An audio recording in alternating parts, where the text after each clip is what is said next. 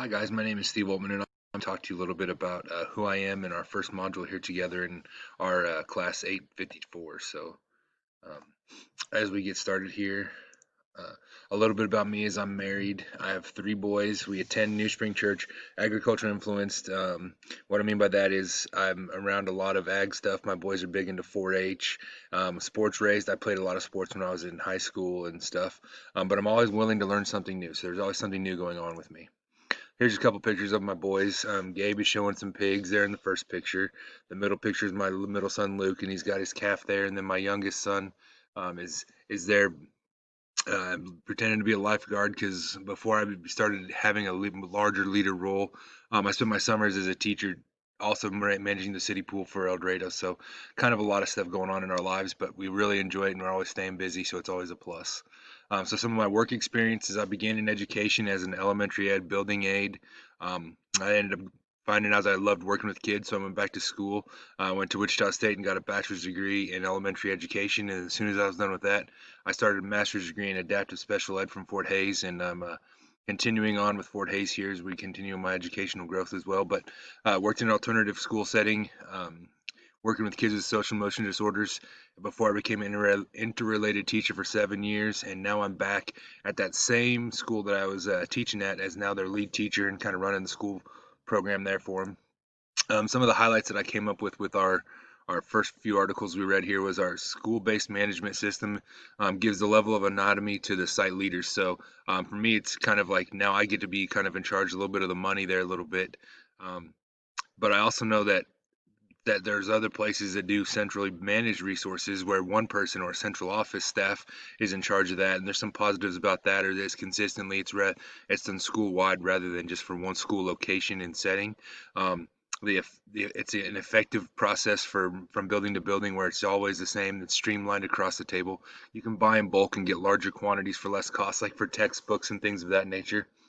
Um, Another couple quotes that I found really important was that it's important to understand that principals take on a more business-like role managing people, processes, and funding. That is not primarily their area of expertise.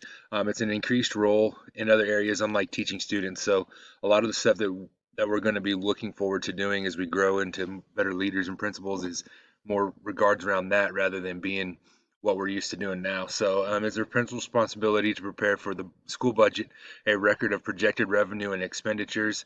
Um, I thought that was important because that's not something that they normally tell you when you want to become a leader in a situation. That's part of what has to happen. It is also their duty to ensure that the school uses the funds in the right purpose. You don't just get to go buy Apple TVs for all your teachers if they all want Apple TVs. Principals typically are treated like middle managers, and that's kind of more about that centrally based management system, I think, and kind of gives them less opportunity to be able to pull the strings on things that they think they might need or need because they've got more boots on the ground than a superintendent or a board clerk or someone in that regards as well. Instead of giving principals actual dollars to spend, most districts just give them staffing positions and other resource based for one size fits all model.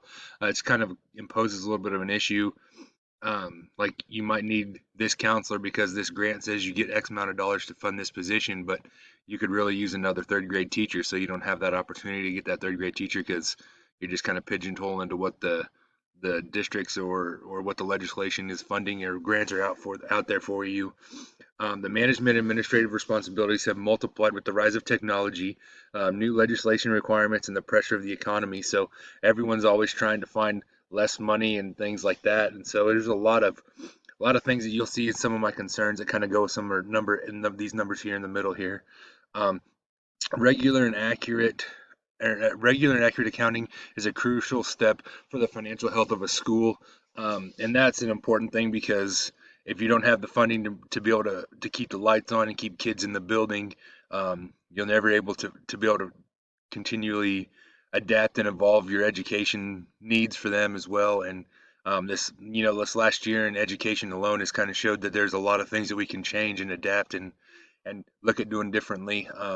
Snow days, for example, are probably going to become obsolete everywhere around the nation now because you can just say we're going remote instead of going to a snow day. So all those type of things are all ever changing and going to become more and more harder for everyone to deal with unless we are able to fund and um, accurately take care of kids' needs in our buildings. So, to be effective, districts must settle on what course of action to take, and there will be a line between their philosophies and weighing in those decisions. And I've noticed that one a lot because even in my experience here right now as a lead teacher, I get an X amount of budgeted money that I'm allowed to spend on day-to-day type things within the school, and then our interlocal and co-op kind of oversee some of that, and they help with a lot of those larger expenditure things, like if I needed to purchase new textbooks. Those would all come from a district level. So it's like a blending, melting pot of both those two types of systems that we talked about in the first couple of bullet point numbers here from our highlights.